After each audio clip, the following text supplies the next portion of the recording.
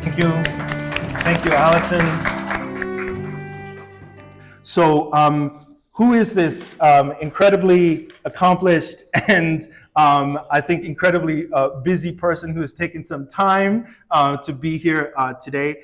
Myra Armstsead is the Lyford Patterson Edwards and Helen Gray Edwards Professor of Historical Studies at Bard College. And you're also senior advisor to the president, I understand, who probably needs some advising these days. I think that's probably a good thing that he's got you by his side. What I learned is that Myra is also the recipient of the Frederick Douglass Award from the Association for the Study of Afro-American Life and History, which was also known as the Association of the Study of the Negro American Life and History, back when Carter Woodson ran that organization. So it being Black History Month, happy Black History Month. I think that it's only fitting to point that out. Myra has also been a New York a National Endowment for the Humanities Fellow at the Schomburg Center in Residence, and also a speaker for the Humanities of New York Council for the Humanities, which is great because we're all kind of in the same humanities family here today. And Myra is the author of Mighty Change Tall Within, Black Identity in the Hudson Valley. Highly recommended. Previously, the author of Lord, Please Don't Take Me in August, African Americans in Newport and Saratoga Springs. So if you're wondering, what are the geographic connections between African American life, between a place like Saratoga Springs and Newport? You're gonna have to find out. You're gonna have to get the book. And of course, today's topic, I think, is mostly around not the most recent publication, but this publication, Freedom's Gardener, James F. Brown, Horticulture and the Hudson Valley in Antebellum America. And if you don't have this on your bookshelf, let me just tell you that you cannot claim to know really much of the Hudson Valley if you don't know the history of the Hudson Valley, not just Black life in the Hudson Valley, but the Hudson Valley. If you don't own this book, so I highly recommend you can, or we'll have an opportunity to have the book on sale with several other books that are part of the reading list for this exhibition. And lastly, and I know this is a bit of a stretch, but I just wanted to point out that Myra also published a very, very important document, I think, called Memory and Enslavement. It has a much longer title, Memory and Enslavement, Schuyler House, Old Saratoga, and the Saratoga Patent in History, Historical Practice, and Historical Imagination. Did I get all that right? Yep. Okay. It's really important. I think we'll have a link to a PDF. You can download the PDF. But I think it's extraordinary in that it's maybe the first time in which I have read a historical account that also includes the personal narrative of the historian giving that historical account. And I wanted to share some of that today also as part of our discussion. But like I said, by the grace of God and good car mechanics, I think, Myra is here with us today. So please, it's a privilege and it's an honor for you to be here and for us to spend a little bit of your very busy schedule with us today. So I want to thank you and welcome you here as part of this exhibition. Let me talk about James Brown. Let's talk about and then we will let you talk about the Newburgh burial ground, okay, because great. I definitely see links. So James F. Brown was a fugitive from Maryland. He lived from 1793 to 1866. He ran away, in Maryland, he ran away from Baltimore, but he also spent some time in Frederick and clearly the Eastern Shore. So he got around quite a bit. And I don't know. I don't know that we'll have time to read that letter that you want to, but we have to maybe read in it. Q&A. We have to read it. But anyway, he was literate. He was literate, and that was as a result of his semi-free status, which I can talk about later. He was enslaved technically, and many of you know that in New York State there was a gradual abolition law passed in 1799. With amendments by 1827, slavery was no longer legal in New York State. So in 1827, James F. Brown, also, no, he had aliases, but he ran away to New York, to Dutchess County. And long story short is that he ended up working for the Verplanck family. The Verplanck family owned Mount Julian, right across the river. And he moved from being there, he started as a waiter, he became a coachman, and ultimately their master gardener, and had conversations with horticulturalists in this region. And we know this because he kept a diary for nearly 40 years. So that is a very, very rare asset for a historian. Oh, and I just wanted to point out too. Here's an image of the diary, in case you were wondering what it actually looked like. And I just love this the front page where he's practicing his signature, I guess. Yes, especially since it was, one of many.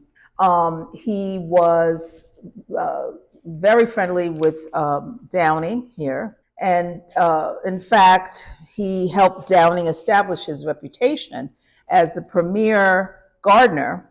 Andrew Jackson Downing is very ambitious.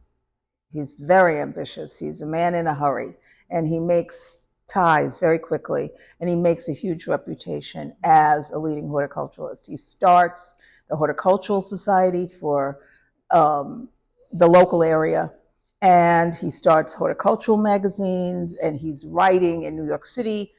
And I would argue his crowning event was that Philadelphia, well, it's called the Philadelphia Flower Show, but the Pennsylvania Horticultural Show. James was there. James Brown, was he there? Yeah, I'm sorry. He sent James Brown down, and James Brown bought his suit for it in Newburgh. And you have an entry in the diary for that too. Yes, yes. Downey entrusted him with this huge exhibition, which is described here. As Downing moved from being a top nurseryman, in other words, a horticulturalist, to becoming the premier landscape architect of his day until his early demise. So the key thing is, and in terms of time period, I'm just going to sort of provide the larger national context and then what he did locally. Mm-hmm. And I think that's a good bridge into what happened here. Mm-hmm. Can I just point out though that for the context, when James F. Brown arrived in New York City, and worked at the home of Daniel Crommelin Verplanck, that was the point at which somebody identified him and said, that man is not who he says he is. Mm-hmm. And I think just to put into context, it's important to imagine what it must have been like for a man who called himself free, who took his freedom into his own hands, the enormous risk that was, what was at stake. Mm-hmm. And not just for James, but also for Daniel Crommelin Verplanck, who could have been accused of harboring a fugitive. Exactly. Which had a fine, I think, at the time of, I think the equivalent today is $30,000. Yeah, a little bit more complex, but yes, okay. You are absolutely, you're absolutely right. There's the letter that you want to read is his, what I call intent to run away letter. It's a remarkable letter. And one of the things that I will say I discovered, there's not much, the record is out there, but one of the things I discovered was that James F. Brown was Anthony Fisher. Or Anthony. Because the National Humanities Center had this letter attributed to Anthony Fisher. And I think I had used it in classes before. Then I did this project and I came across this letter and I thought, James F. Brown, what is it? And then, I did a lot of research. And apparently what he did was when he ran away, it was because his owners had reneged on a promise, all right? And he had gotten married because he thought that he was going to be freed. And when that didn't happen, he wrote this letter basically saying, I am so sorry. I don't want to do this. I would have been happy to work for you, but you said you were going to let me go. I got married. What's a man to do? And I got to run away. And I'm going to tell you that I'm taking this sum of money. And I don't want you to think I'm horrible, but I've got to go. Just a little, just to give you a flavor, because I think everything that you're saying is absolutely evident in the language, but to hear his own words, it's just extraordinary that you were able to find this document. Mm-hmm. But this is how it goes. Sir, I know that you will be astonished and surprised when you become acquainted with the unexpected course that I am now about to take. A step that I never had the most distant idea of taking. But what can a man do who has his hands bound and his feet fettered? He will certainly try to get them loosened by fair and honorable means, and if not, so he will certainly get them loosened by any way that he may think the most advisable. By any means necessary, in other words. Okay, I'll stop there. Maybe I'll just pepper the talk with a few excerpts from James Brown's letter. Okay. Anthony Fisher's letter. All right. So what eventually happened is that, since you brought it up, he was discovered. He was discovered in New York, waiting tables for the Verplanks, because like a lot of the aristocrats here, he had dual residences.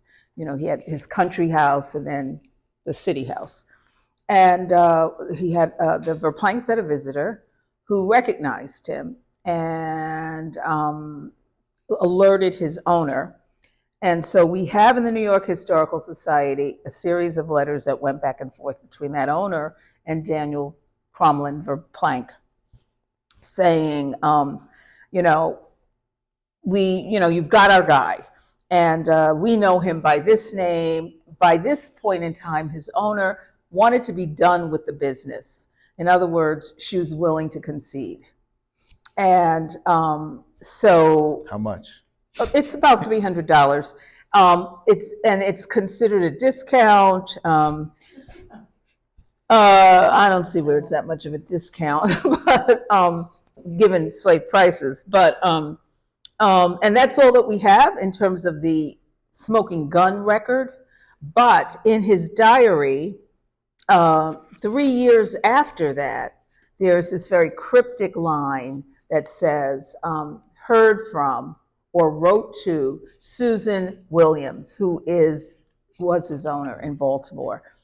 And that would be, if you know enough about these contracts for self-manumission or buying out your freedom over time, they usually were 3 years. So essentially, what I say is that Daniel Cromlin brokered the deal, probably advanced the money in some way to get it on paper, and then James F. Brown worked it off in 3 years. Okay, so then just a little bit about national context. I want you to recall W.B. Du Bois's statement in 1903, which is after this time, and this is about double consciousness, and you probably have heard it. And I'm just going to read a section of it because it's very relevant to what I have to say. Whenever feels his two-ness, an American, a Negro, this is the language of the time, a Negro, two souls, two thoughts. He does not wish to Africanize America, for America has too much to teach the world in Africa. 1903, okay. He wouldn't bleach his Negro blood in a flood of white Americanism, for he knows that Negro blood has a message for the world. And there's more to that quote, but it's this idea of two-ness that I want to carry into this presentation on this approach to death and burial, okay?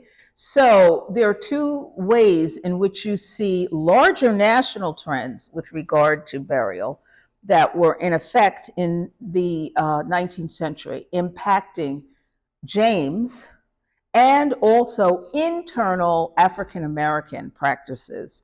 And so let me just give you a little bit of a background in terms of what James does. So James lives from, well, we don't know really how long, but he's an adult when he leaves Baltimore. All right. So he was going back and forth, apparently, pretty mobile in Northern Virginia, Northern Maryland, which had a very different economy than the southern part. The southern part is plantation, all the stereotypes. The northern part, and Baltimore in particular, was known as Freedom's Port because slavery was very fluid there. Okay. We can talk more about that later. So, he's conversant with the Black community there. In Baltimore, there is a historic burial ground called Mount Auburn. Some of you may know it in Baltimore. And it was dedicated in 1872, but the seed for it was started in 1807 by a Methodist church called the Sharp Street Church, which was formerly the African Methodist Church. All right?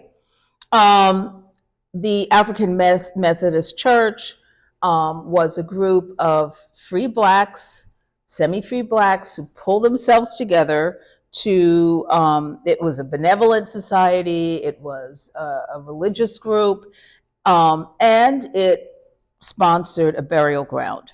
In 1807, 7 trustees got a deed from another Methodist, a white Methodist, for, and here's a quote, burying ground for Africans or people of color of the precincts and the city of belonging to and in communion with the Society of Christians. And they did so in such a way that when those trustees were no longer serving, the burial ground was to be passed on to the next set of trustees. So they were ensuring that this would remain in Black hands. In perpetuity. Yes.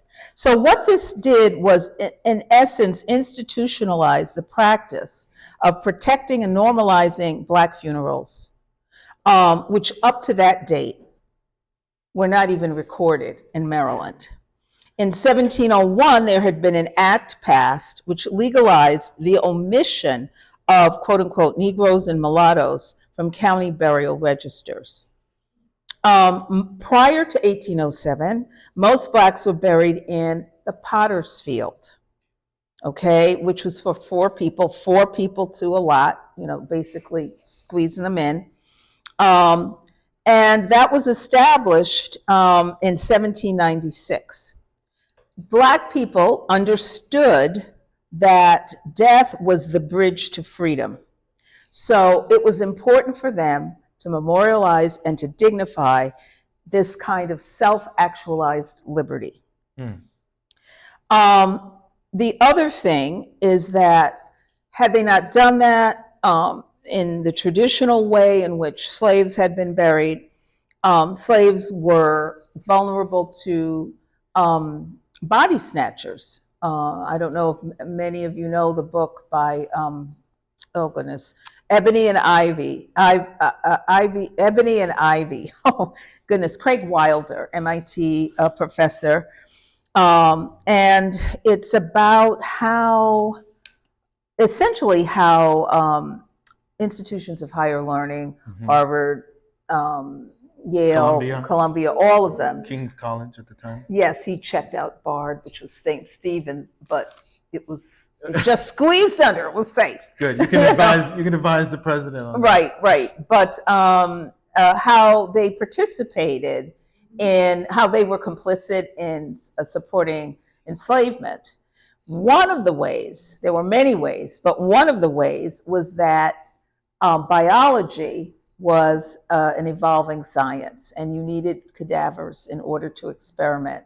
And you got those from indigenous people and these burials. Well, they weren't even burial grounds, the bodies of deceased slaves. So this action that this board of trustees took was really significant. In other words, they were saying, we honor our dead, we honor our ancestors, death sets the soul free, and we are going to protect the integrity of our deceased. So just to give you an idea of their impact, we do have records from Baltimore by 1818. So this cemetery was started in 1807. So we're talking about 11 years later. They succeed in having 30% of those Black people who died in the city buried in the African burial ground. Out of 574, 204 went to the two Potter's Fields. There were two by this time. 20 went to the Catholic graveyard, 2 went to the Baptist, 1 went to the Episcopal. Eventually, in 1839, so we're moving into the period, when he's here, they renamed this the Bel Air Burial Ground. They disinter 475 bodies and reinter them to a bigger plot. The first one was 2.5 acres. Now they've got 8 acres. They have the deed. This takes place slowly. That particular burial plot is legalized in 1871. I mean, it gets that name in 1871. And today, we estimate, I think there are 130,000 who have been buried, 26 acres, or no, actually 34 acres, and it's in South Baltimore. So that's going on in the Black community independently. Now, nationally, what's going on is something that you may be familiar with, and that is the rural cemetery movement, okay, in the period before the Civil War, which is really influenced by by Romanticism, this sort of aesthetic of sentimentalism and passion and feeling. And as an outgrowth of that, people are beginning to be, especially elites, are becoming sensitive and reactive against the growth of cities and congestion and noise, and they're beginning to get increasingly sensitive about sanitary conditions in the city, because there have been epidemics like cholera. They don't quite know the science of it, but they feel that there's something in the miasma, they call it. There's something in the air, stagnant water. And you even see in James Brown's diary, they escape to the Hudson Valley. Familiar? To get out of the city, right? So this is going on, and they begin to imagine a better way of dealing with the dead, because they knew that maybe, dying people, particularly during epidemics, would cause unhealthy conditions, right? Let me just insert that there are others who have written about this idea of a good death, all right?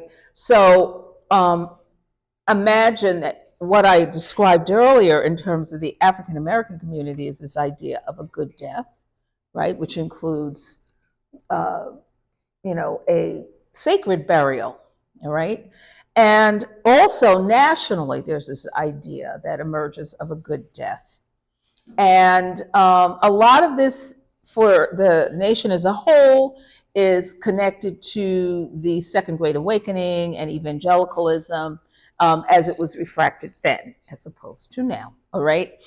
And so the idea is not only should you die in certain circumstances in your home, but you should have this wonderful, peaceful, beautiful place to rest for eternity.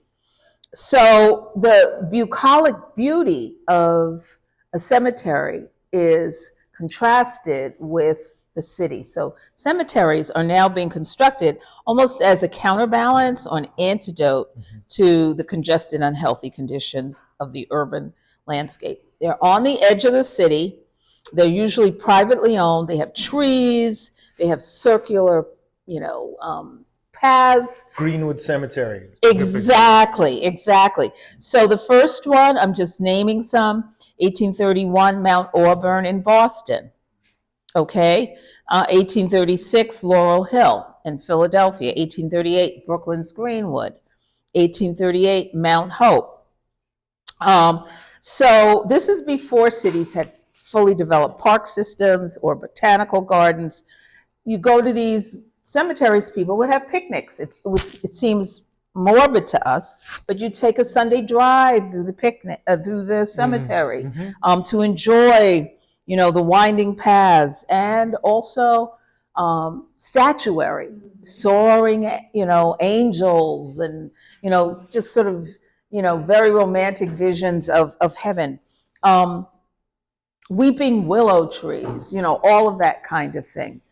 So these are two parallel developments that are taking place. And what I want to suggest is that James F. Brown, in his actions that we can read in the diary, clearly was influenced, in my mind, by both of them. There was, I discovered, a colored burial ground in Fishkill, which is east of Beacon. What happened was that he was friends with someone who I believe he was related to, Hester Purnell. This is a young woman who is a relative. And we see her working as a maid for families over there in Fishkill. He's also friends with someone named David Thompson. In the diary, we see the diary requires some detection because he doesn't explain very much at all. He just says Hester came, or and you have to figure out who are these people. But the Purnells were from the Eastern Shore, and there are other Purnells he mentions. So then we find out that they get married. So you start following this like romance, and they come, there will be a line, David and Hester Thompson visited, etc. And then they have a child, and David becomes a sailor. So we see that, they get married in 1839. He's sailing back and forth in 1844. He's in London. And then it's like he drops off the map, all right? And we don't know exactly what happened. In any case, at some point, the couple separate in 1847, and they have a child. And then Hester dies of tuberculosis. And the diary shows that James F. Brown, somehow or another, had her buried at Greenwood Cemetery. So what was surprising to me is that it was just a few months after Hester died that he, and he had buried her, that he decided, that you see in the diary, that he participates in a local meeting to buy a black burial ground. What happens is that in 1851, James comes together with a group of trustees, and they purchase this land to build a colored burial ground. And so to me, it's, so he's participating in this national process, but then he sees the need for this black burial ground. It's personal. Right. And so he gets some partners. In less than 3 days, they get a lot, And I mean, they get organized in August, and in early September, he begins soliciting funds. By late October, they have all the money for the Colored People's Union burial ground in Fishkill Landing. And they buy the land from John DeWint, who was a neighbor to the immediate south. So he gets this through the DeWints. He has a good relation. In fact, he bought his own property in what is now Beacon from the DeWints, and he actually intervenes to get other lots that other Black friends buy. So on the last day of October, he wrote in his diary, and this is really a lot for him. John Henry Roos was buried in the Colored People's new burying place, it being the first internment in that ground. So what we see is that he is doing both of these things, and I will pass the baton to you to talk about the Newburgh burial ground. Well, I mean, I'm not the historian. I like to think of myself as picking up where the historians leave off, even though you are one of the most, I would say, ambitious writers that I've encountered in terms of being able to say what you need to say. You don't venture out into speculation unless you have to, but you say what you need to say. What needs to be said, let's say. And in a way, it mirrors a little bit James Brown's diary. And I hope I'm better than that. So there's a lot to be said about you as a historian and also as a person just encountering James F. Brown's very ordinary life, I guess is what you could say, which is exactly what made it so extraordinary. Exactly. Is that you have a Black man in as early as 1830, whenever he is fully enfranchised and purchases his own property. We have to mention in 1836, in 1836, and I believe all the way up to the Civil War, as after the New York State Constitutional Convention in 1821. I'm trying to show off my creds here. The property requirement for voting was dropped for whites and not for Blacks. So you essentially had in New York State a tax, a poll tax for Blacks, for Black men. So this is just an example of the dryness, if I can say that, of James Brown's journal. This is the day that the first day that James F. Brown says, today the weather has been cool and blustery. Always got to note what the weather was like. But then somewhere down at door towards the end, the election at Fishkill took place this day, at which place James F. Brown voted for the first time, referring to himself in the third person. And so you have a Black man who's employed gainfully, to do, if you could say comparatively speaking, enfranchised, can vote. Not only is he voting, not only is he owning property, he's also kind of bailing out his friends on their payments for their properties. So this is a man who's almost an institution in of itself at the point at which, and I think this is where it connects with the burial ground here in Newburgh, in the sense that you have a sort of diametrically opposite pictures of what it meant for Black life when it came to laying loved ones to rest. So as far as we know, James Brown doesn't make mention of what was known as the Newburgh Colored Burial Ground in his diary. But what I think the project has been a lot about is in identifying the significance of that site. Many of you probably know that it is on the National Register of Historic Places, but it sort of points to the idea of this site being so significant and yet so broken.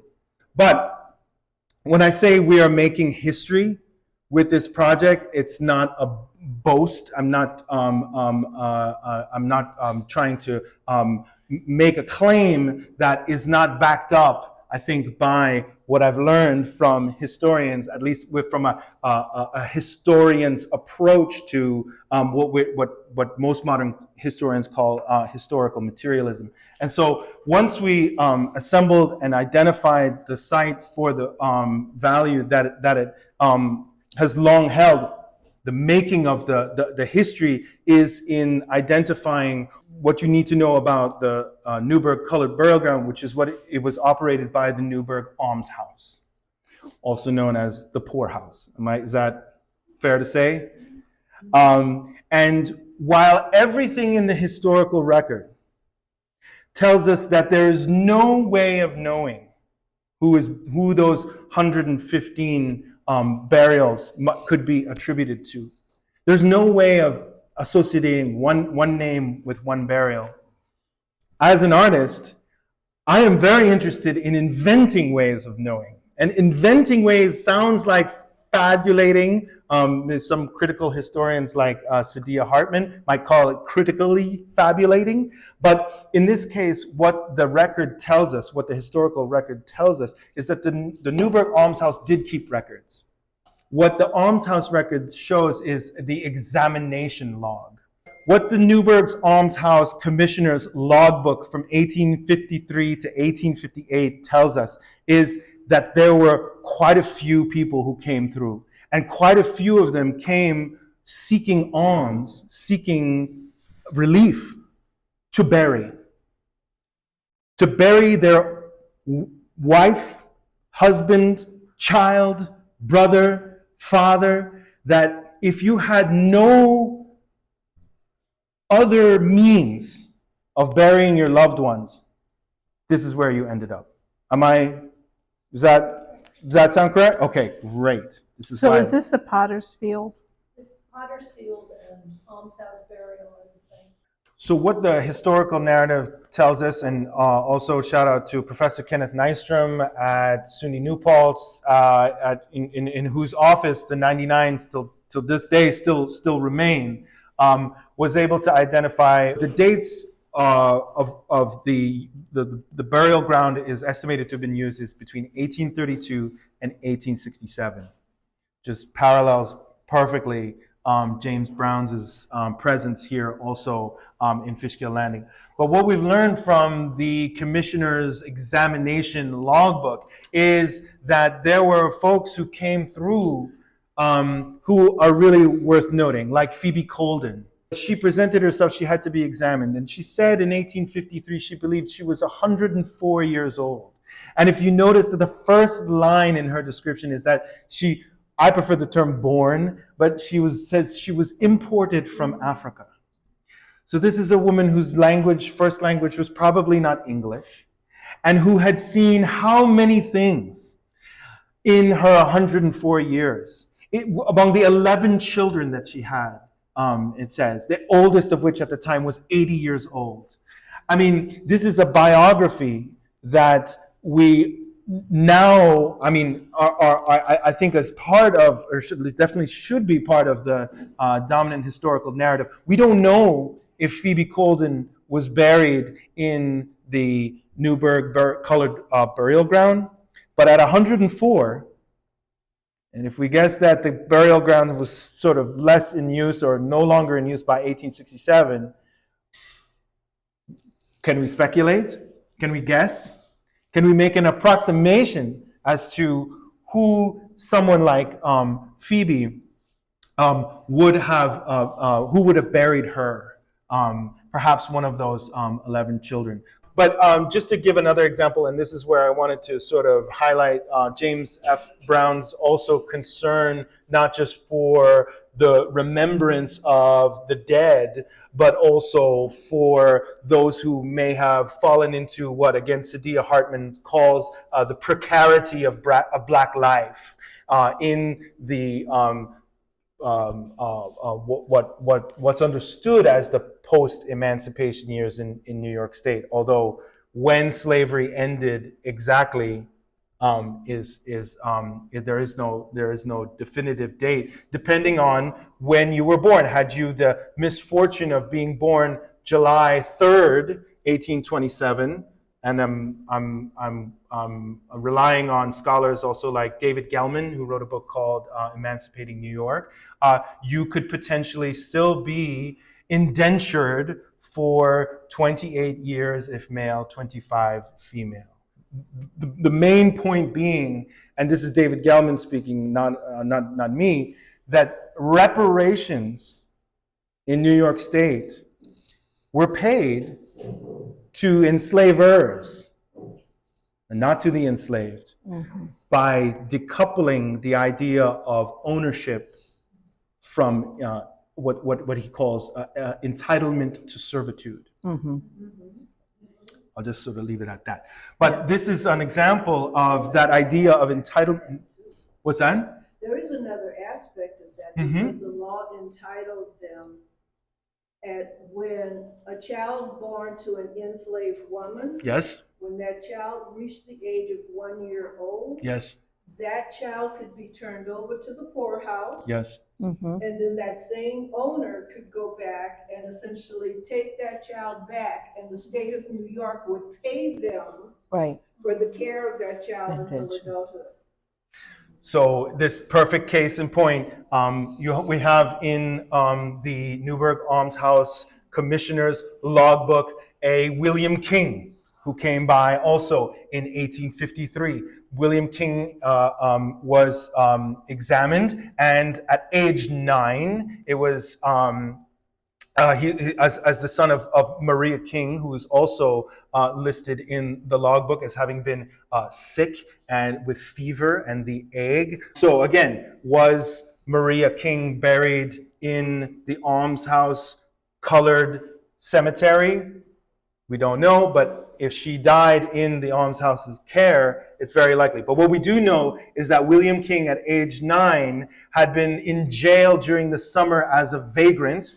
So if you didn't know that New York State had vagrancy laws that we sort of associate with the post-Reconstruction era in the South, well, New York had the prototype way before then. And I think it's safe to say that instead of the penal system being the state agency that indentured these young, as young as 9, you had the almshouse as the state or the city-run agency in this case. So this brings me to James F. Brown's concern also for, it seems like, the care of several children.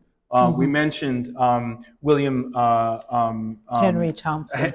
Henry Thompson and his son William Thompson, and also the Varricks, a family in New York State that you could say depended on the Brownses, him and his wife Julia, who didn't have children, and who cared for Aurelia, thank you, until the age of 14, at their home in Fishkill Landing.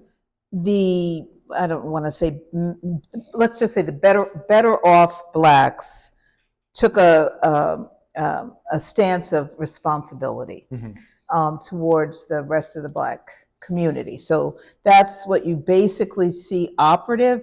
The Varricks were well off compared to other blacks in New York. Son of James Varick, the Reverend James. Yes, so James Varick was one of the founders of the AME Zion Church, and this was his daughter. This was his grandson. Aurelia was David was James's son, and then Aurelia was the daughter of Daniel. And I think it was just sort of like a godparent thing in this particular case, because she spends sometimes it seems like a year or more with them. And she goes back and forth to the city. James and Julia go back and forth to the city. There are Methodist revivals in Newburgh all the time. And then at some point, she, quote unquote, takes her place on the steamer. And I don't know what that means exactly, but she does marry another Black man of her caste, shall we say. So she's not poor. The Allairs, the other, that one, it's more questionable because I think the mother fell on hard times and they were helping out. But just I think the larger point here is that within the Black community, just as there was an independent sense of what burial should be like, memorialization should be like, there was also an independent sense of responsibility towards the poor, which is different from this, right? Yeah. It's far more familial. It's, they were responsible for really schooling at one point. So the whole idea is that if you take on somebody who's needy, you're really trying to lift them up. Whereas this is just, sort of covering basic expenses. And there's a stigma attached to vagrancy, to the almshouse, and these examinations are really to determine, are people deserving? Are they not deserving? And if at all possible, to eliminate them, which is not too different from today. So we need to go to questions. So I think I'll close out. Yes, we'll go to questions. I just want to end with the last paragraph of James Brown's letter to his former enslaver, just because I think it ties well with what I believe to be, the purpose of this exhibition if at all, in its ability to pursue justice. But this is what James says: "I don't suppose that I shall ever be forgiven for this act." The act of what? Stealing himself away from someone else's property. Imagine. "I shall ever be forgiven for this act, but I hope to find forgiveness in the world that is to come." Thank you with us today. I want to thank you. Thank you.